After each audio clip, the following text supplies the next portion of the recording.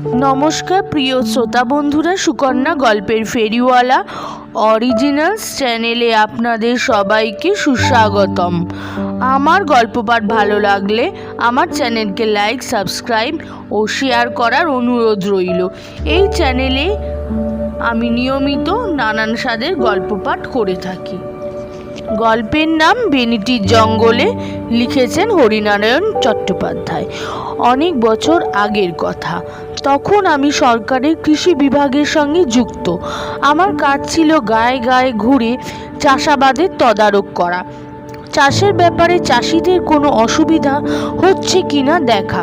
কোনো অঞ্চল থেকে হয়তো খবর এলো ধান গাছে সেরকম বাড়ছে না, কিংবা পাতাগুলো হলদে হয়ে যাচ্ছে, নয়তো নারকেল গাছে ফল ধরার আগে ঝরে পড়ছে, বেগুনে কালো কালো দাগ হচ্ছে, পোকায় পাট গাছ খতম করে দিচ্ছে।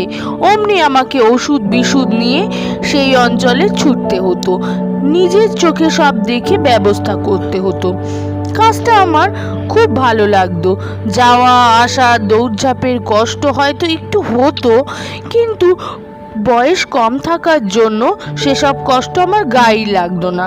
সত্যি কথা বলতে কি, দিল্লি, আগ্রা, পুরী, হরিদ্বারের চেয়ে এইসব গ্রামাঞ্চলে ঘুরে বেড়াতে আমার ভালোই লাগতো।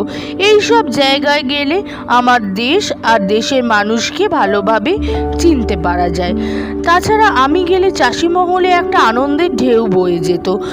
কে আমাকে কি খাওয়াবে তাই নিয়ে প্রতিযোগিতা। কেউ মুড়ি আনলো, কেউ গুড়, কেউ বা আবার ক্ষেতের শাকসবজি, ফল পাকুড়। চলে আসার সময় সবাই দল বেঁধে আমাকে জিপে তুলে দিত, কিংবা আসতো বাসের রাস্তা পর্যন্ত। এ চাকরিও একদিন ছেড়ে দিলাম। কেন দিলাম এই কথাটাই তোমাদের বলি। হঠাৎ আতাপুর থেকে খবর এলো সেখানকার চাষিরা মাথায় হাত দিয়ে পড়েছে। লাউ গাছে ফুল হয়ে শুকিয়ে যাচ্ছে, ফল ধরছে না। আতাপুর লাউয়ের জন্য বিখ্যাত, যেমন আকার তেমনই স্বাদ। এই লাউ শহরে প্রচুর চালান হয় তানপুরা তৈরির জন্য। শরীরটা ভালো যাচ্ছিল না, কয়েকদিন আগেই জ্বর থেকে উঠেছি, এখনো শরীরটা বেশ দুর্বল, কিন্তু উপায় নেই। আতাপুরের চাষিদের বিপদের পাশে গিয়ে দাঁড়াতেই হবে। আরও এক অসুবিধা হলো, আমাদের অধীনে 3টে জিপ, 2টো গেছে নবদ্বীপ আর বীরভূমের দিকে, বাকি যেটা আছে সেটা অচল। ইঞ্জিন মেরামতের কাজ চলছে। অগত্যা বাসে যাওয়াই ঠিক করলাম। তার আগে কৃষি বিষয়ের বইগুলো পড়ে নিলাম। কেন অকালে লাউয়ের ফুল ঝরে যাচ্ছে, কিছু ওষুধপত্র ব্যাগে ভরলাম। অশুভক্ষণে বোধহয় যাত্রা করেছিলাম। মাইল 25-26 গিয়েই বাস থেমে গেল। আর এগোবার উপায় নেই। সামনে কয়াল নদী। অন্য সময় নদী সরু রুপোলি সুতোর মতন পাশে পড়ে থাকে, ছোট্ট একটা কাঠের পুল। এখন কয়ালের অন্য রকম চেহারা, কি গর্জন, এপার ওপার দেখা যায় না। কাঠের পুলের চিহ্ন নেই। নেমে দাঁড়ালাম। এখন উপায়, পাশে একটা টিনের চালা ছিল, চায়ের দোকান। সেখানে খোঁজ নিয়ে জানতে পারলাম গত 3 দিন ধরে এই এলাকায় একটানা বৃষ্টি হয়েছে, মাত্র আজ সকালে থেমেছে। ফলে আশেপাশে নদী নালার কুল ছাপিয়ে গায়ের মধ্যে ঢুকে গেছে জল। চাষবাস সব নষ্ট। অনেকেই বাড়িঘর ছেড়ে উঁচু জমিতে আশ্রয় নিয়েছে। সর্বনাশ, এখন কি উপায় হবে? এতটা পথ এসে ফিরেই বা যায় কি করে? চায়ের দোকানের লোকটিকে জিজ্ঞাসা করলাম, ভাই, আতাপুরের অবস্থা কি? লোকটা মাথা চুলকে বলল, আতাপুরের খবর ঠিক জানি না, তবে গাটা একটু উঁচু, জমির ওপর, বোধহয় বন্যার জল ঢোকেনি। আতাপুর যাব কি করে? কেন, নৌকা করে বল্লভডাঙ্গা চলে যান, সেখান থেকে পায়ে হাঁটা রাস্তা, রায়চণ্ডী হয়ে আতাপুর। তবে জল পড়বে কিনা জানি না। পথে ঠিক করলাম বরাত ঠুকে রওনাই হব।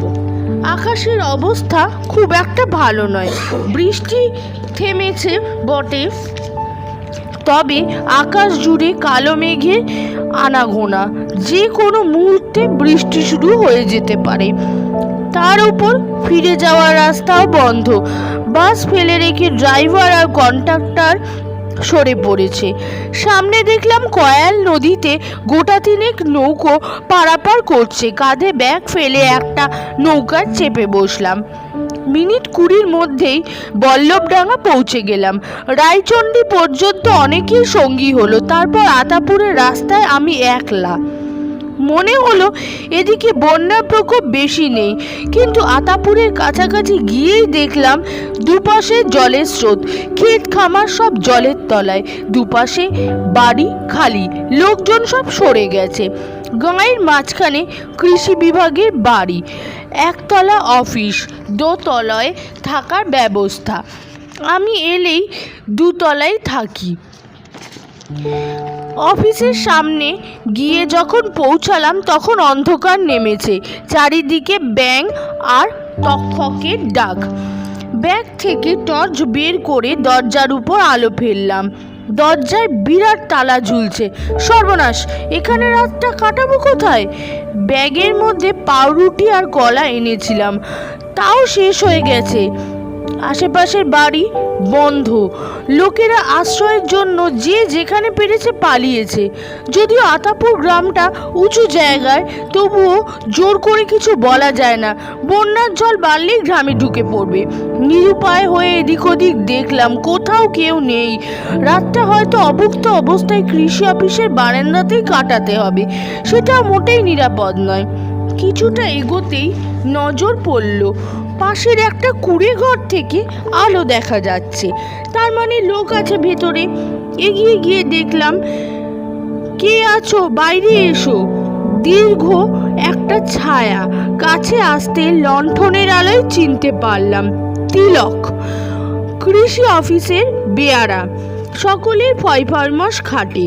ধরে প্রাণ এলো। তিলকের কাছে নিশ্চয়ই অফিসের চাবি আছে, বাইরে রাত কাটাতে হবে না। জিজ্ঞাসা করলাম, আমার চিঠি তোমরা পাওনি?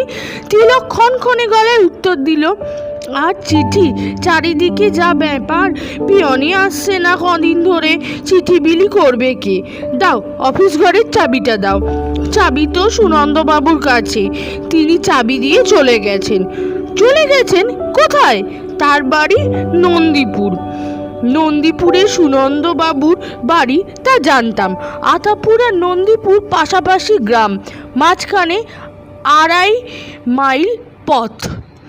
2.5 মাইল পথ তো বেশি নয়, কিন্তু দু গ্রামের মধ্যে ঘন জঙ্গল, এক পাশে শ্মশান। দিনের বেলায় খুব প্রয়োজন না হলে সে জঙ্গলে কেউ ঢোকে না। বছরখানেক আগে সুনন্দবাবুর সঙ্গে একবার তার বাড়ি গিয়েছিলাম, কিন্তু সে দিনের বেলা, তাও দেখেছি জুপসি অন্ধকার। তিলকের কুড়ের যা অবস্থা, তাতে রাত কাটানোর প্রশ্নই ওঠে না। একমাত্র উপায় নন্দীপুর চলে যাওয়া। আকাশে মেঘের ফাঁকে ফাঁকে চাঁদের আলো রয়েছে। পথ চলতে অসুবিধা হওয়ার কথা নয়। তিলককে বললাম, তাহলে আমি নন্দীপুরে চলে যাই এই রাতে। এছাড়া আর উপায় কি? এখানে থাকবো কোথায়, খাবো কি? তা অবশ্য ঠিক, চলে যান। রাম নাম করতে করতে। রাম নাম করতে হবে কেন? মাঝখানে শ্মশান পড়বে তো, অপদেবতার উপদ্রব, তাই বলছি। ভূতের ভয় আমার কোনো কালেই ছিল না, কাজেই সেদিক থেকে কোনো অসুবিধা নেই। একমাত্র ভয় দুর্বৃত্তের। কিন্তু দুর্বৃত্তরা আমার কী বা নেবে? হাত ঘড়ি, টর্চ আর সামান্য কিছু টাকা, এসব ভেবে কোনো লাভ নেই। নন্দীপুর যাওয়া ছাড়া আমার আর অন্য কোনো পথ ছিল না। 2.5 মাইল পথ যেতে বড় জোর 2.5 ঘন্টা লাগবে। একবার সুনন্দবাবুর বাড়ি গিয়ে পৌঁছাতে পারলে আহার ও আশ্রয় দুটোই মিলবে। ব্যাগটা কাঁধে ফেলে চলতে শুরু করলাম। পথটা যত সহজ ভেবেছিলাম ততটা হলো না। একেবারে অন্ধকার বন, বটে, পাকুড় আর অশ্বত্থের জটলা। গাছ থেকে বিরাট বিরাট সব ঝুড়ি নেমে জায়গাটা অন্ধকার করে রেখেছে। চাঁদের আলো গাছের পাতায় ঢাকা পড়ে গেল। টর্চ জ্বালালাম। পায়ে চলা সরু পথ, ভূত প্রেতে হয়তো ভয় করি না, কিন্তু সাপখোপের উপদ্রব তো আর উপেক্ষা করতে পারি না। সাবধানে এদিকে ওদিকে দেখে এগোতে লাগলাম। একমাত্র ভরসার কথা হাঁটু পর্যন্ত গাম্বুট ঢাকা, ছোবলে বিশেষ ক্ষতি হবে না। এই জঙ্গলের নাম বেনিটির জঙ্গল। কেন এই নামটা জানি না, জানার কোনো আগ্রহ ছিল না। কোনো রকমে এটা পার করতে পারলেই বাঁচি। অনেকক্ষণ ঘোরার পর খেয়াল হলো টর্চের আলোয় হাত ঘড়িতে দেখলাম 3 ঘন্টা পার হয়ে গেছে। যেভাবে হাঁটছি এতক্ষণে নন্দীপুর পৌঁছে যাওয়ার কথা। নিশ্চয় পথ ভুল করেছি। চলার গতি আরো দ্রুত করলাম। খিদের জ্বালায় পেট জ্বলছে, শরীরও দুর্বল লাগছে। কিছুটা এগিয়ে থমকে দাঁড়ালাম। সামনে অন্ধকার জমাট বাঁধা জোনাকির মতন কি সব যেন জ্বলছে। টর্চের আলো ফেলতে সেগুলো সরে গেল। বুঝতে পারলাম শিয়ালের পাল।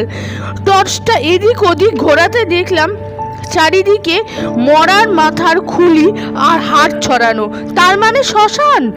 নন্দীপুরে যেতে ডান দিকে শ্মশান পড়ে, শ্মশানের মধ্যে দিয়ে যেতে হয় না? তাহলে নির্ঘাত ভুল পথেই এসেছি। শ্মশান ডান দিকে রেখে হিসেব করে পথ বদলালাম। কয়েক পা যেতেই ঠক করে কপালে একটা গাছের ডাল লাগলো। উহ করে কপাল চেপে কিছুক্ষণ বসে রইলাম। তারপর টর্চের আলো ওপরের দিকে ফেলতেই শরীরের রক্ত হিম হয়ে গেল। একটা পা গাছের ডাল থেকে ঝুলছে।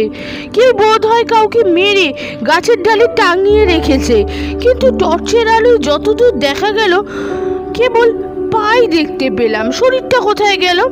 কোনো রকমে পাশ কাটিয়ে যেতে গিয়েই বিপত্তি আবার মাথায় লাগলো। ওপরে চেয়ে দেখি সেই পা। কি আশ্চর্য, পাটা এদিকে এলো কি করে? যেদিকে যাচ্ছি পাটাও কি সেদিকে ঘুরছে? শরীর ছাড়া পাই বা গাছের ডালে কি করে ঝুলছে? মাথা নিচু করে এগিয়ে যাবার চেষ্টা করতেই নাকি সুরে কানে এলো, ও চ্যাটুর্যমশাই, শোনো শোনো, কথা আছে। এই এতক্ষণ পর বুকটা কেঁপে উঠল। কাটা পাটা দেখে ভেবেছিলাম কোনো বদমাইশ লোক হয়তো কাউকে কেটে তার গলা আর দেহ খণ্ড খণ্ড করে গাছের ডালে টাঙিয়ে দিয়েছে। কিন্তু এ ধরনের গলার স্বর গাছের উপর থেকে আসছে কি করে? কেউ কি গাছের ডালে বসে ভয় দেখাচ্ছে? ওপরের দিকে চেয়ে চমকে উঠলাম। টর্চের আলোয় যা দেখলাম তাতেই গায়ে কাঁটা দিয়ে উঠল। বিরাট একটা কঙ্কাল, মাথাটা গাছের মগডাল ছাড়িয়েছে। কঙ্কালের চোখে সচরাচর যেমন গর্ত হয়, গর্ত নেই, তার বদলে লাল দুটো সার্চলাইট। আলো দুটো অবিরত ঘুরছে। কাঁধের উপর ধপধপে সাদা পৈতা। স্বীকার করব না, লোকে আমাকে খুবই সাহসী বলে জানতো। আমি নিজেও ভূত প্রেতের কাহিনীকে একদমই পাত্তা দিতাম না, হেসে উড়িয়ে দিতাম। কিন্তু সে রাতে বেনিটির জঙ্গলে চোখের সামনে যে দৃশ্য দেখেছিলাম তা জীবনে ভুলতে পারবো না। সে কথা মনে হলে এখনো মাঝরাতে শিউরে উঠি। ব্যাগটা আঁকড়ে ধরে আমি বিদ্যুৎ বেগে ছুটতে আরম্ভ করলাম। কি হলো রে, ছুটছিস কেন? কথাটা শুনে যা। মনে হয়েছিল গলাটা যেন ক্রমেই কাছে আসছে। প্রত্যেক গাছের ডালে বিরাট আকারের সেই কঙ্কাল পা। নিশ্চিত মৃত্যু বুঝতে পেরে আমি পাগলের মতন ছুটতে শুরু করলাম। কাঁটা গাছে হাত পা ক্ষতবিক্ষত। কতবার যে গাছের শিকড়ে পা আটকে পড়েছিলাম তার ঠিক নেই। তবু সেই নাকি সুর থেকে রেহাই নেই। ওরে, তুইও বামুন আমিও বামুন, তোকে কিছু করবো না, একটু দাঁড়া। বেনিটির জঙ্গল ছাড়িয়ে যখন সুনন্দবাবুর দরজায় পৌঁছলুম তখন রাতের অন্ধকার কেটে ভোর হচ্ছে। শরীরে আর এক বিন্দু শক্তি অবশিষ্ট ছিল না। কোনো রকমে একবার দরজার কড়া নেড়েই অজ্ঞান হয়ে পড়লাম। যখন জ্ঞান হয়েছিল দেখলাম বিছানায় শুয়ে আছি। পাশে সুনন্দবাবু একটা চেয়ারে বসে আছেন। ডাক্তার। চোখ খুলতেই ডাক্তার বললেন, আর ভয়ের কিছু নেই, একটু গরম দুধ খাইয়ে দিন, আমার সঙ্গে কাউকে পাঠান ওষুধ নিয়ে আসবে। বিকালের দিকে শরীর ঠিক হয়ে গেল। বিছানার উপর উঠে বসলাম। সুনন্দবাবু বলল, কি হয়েছে বুঝতে পেরেছি স্যার। বেনিটির জঙ্গলে দুর্লভ চক্রবর্তী পাল্লায় পড়েছিলেন। দুর্লভ চক্রবর্তী? হ্যাঁ, আমাদের গাঁয়ের পুরোহিত অপঘাতে মরে বেচারি ব্রহ্মদৈত্য হয়ে রয়েছে। বামুন দেখতে পেলেই অনুরোধ করে গয়ায় পিণ্ড দেওয়ার জন্য। অপঘাতে মারা গেছে? হ্যাঁ স্যার, শুনুন বলি কাহিনীটা। সুনন্দবাবু বলতে শুরু করলো। দুর্লভ চক্রবর্তী নিষ্ঠাবান ব্রাহ্মণ। আশেপাশের গায়ে পুজো, বিয়ে, পৈতে, অন্নপ্রাশনের কাজ সেরে যা উপায় করতেন তাতেই তার বেশ চলে যেত। বাড়িতে শুধু বউ আর একটি ছেলে। কিন্তু ভগবান মানুষকে সব সুখ দেয় না। ছেলেটা বিশ্ব বখাটে, লেখাপড়া করলই না। বদমাইশির জন্য স্কুল থেকে নাম কাটিয়ে দেওয়া হলো। বাপ বুঝেছিলেন আমার সঙ্গে চল, বাড়ি বাড়ি পুজোর কাজ শিখবি। ছেলে সে কথা কানেই তোলে না। একদিন অশান্তি চরমে উঠল। দুর্লভ চক্রবর্তীর জ্বর, অথচ গায়ের জমিদারের বাড়িতে নারায়ণ পুজো। জমিদারি আর নেই, কিন্তু জমিদার বাড়ির নামটা আছে। মাসকাবারির বন্দোবস্ত, ভালোই দক্ষিণা। দুর্লভ চক্রবর্তী ছেলের খোঁজ করলেন। ছেলে নেই, ভোরে আড্ডা দিতে বেরিয়েছে। জমিদার বাড়ির লোক এসে চেঁচামেচি করে গেল। ছেলে ফিরল দুপুরবেলা। দুর্লভ চক্রবর্তী কাঁথা জড়িয়ে দাওয়ায় বসেছিলেন। রাগে অগ্নিশর্মা হয়ে ছেলেকে যাচ্ছে তাই গালাগালি করলেন, খড়ম ছুড়লেন। খড়ম ছেলের গায়ে লাগলো না। ছেলেটি অকাল কুষ্মাণ্ড। উঠোনের উপর একটি বাঁশ পড়েছিল, তাই তুলে সোজা বাপের মাথায়। দুর্লভ চক্রবর্তী ছিটকে পড়েছিলেন। চারিদিকে রক্তস্রোত। ছেলে নিখোঁজ। কবিরাজ আসার আগেই সব শেষ। সেই থেকে দুর্লভ চক্রবর্তী বেনিটির জঙ্গলে বটগাছের ডালে বাসা বেঁধেছেন। কারো ক্ষতি করেন না, কেবল বামুন দেখলেই অনুরোধ করেন গয়ায় পিণ্ড দেওয়ার জন্য। অন্য সময় হলে আমি সুনন্দবাবুর কথাগুলো বিশ্বাসই করতাম না, কিন্তু কানে তখনও সেই নাকি সুরে শব্দ ভেসে আসছে। ও চ্যাটুর্যে মশাই, শোনো শোনো। চোখ বন্ধ করলেই দেখতে পেলাম বিভৎস কঙ্কাল মূর্তি, কাঁধে পইতে, দুটি চোখ আগুনের গোলা। শহরে ফিরে এসে চাকরিতে ইস্তফা দিলাম। শেষ হলো আমার গল্প। আমার গল্প পাঠ ভালো লেগে থাকলে লাইক, চ্যানেল আর সাবস্ক্রাইব, কমেন্ট করতে কিন্তু ভুলবেন না। আপনাদের মূল্যবান মতামত আমাকে গল্প পাঠে উৎসাহিত করবেন। সবাই সুস্থ থাকবেন, ভালো থাকবেন। নমস্কার।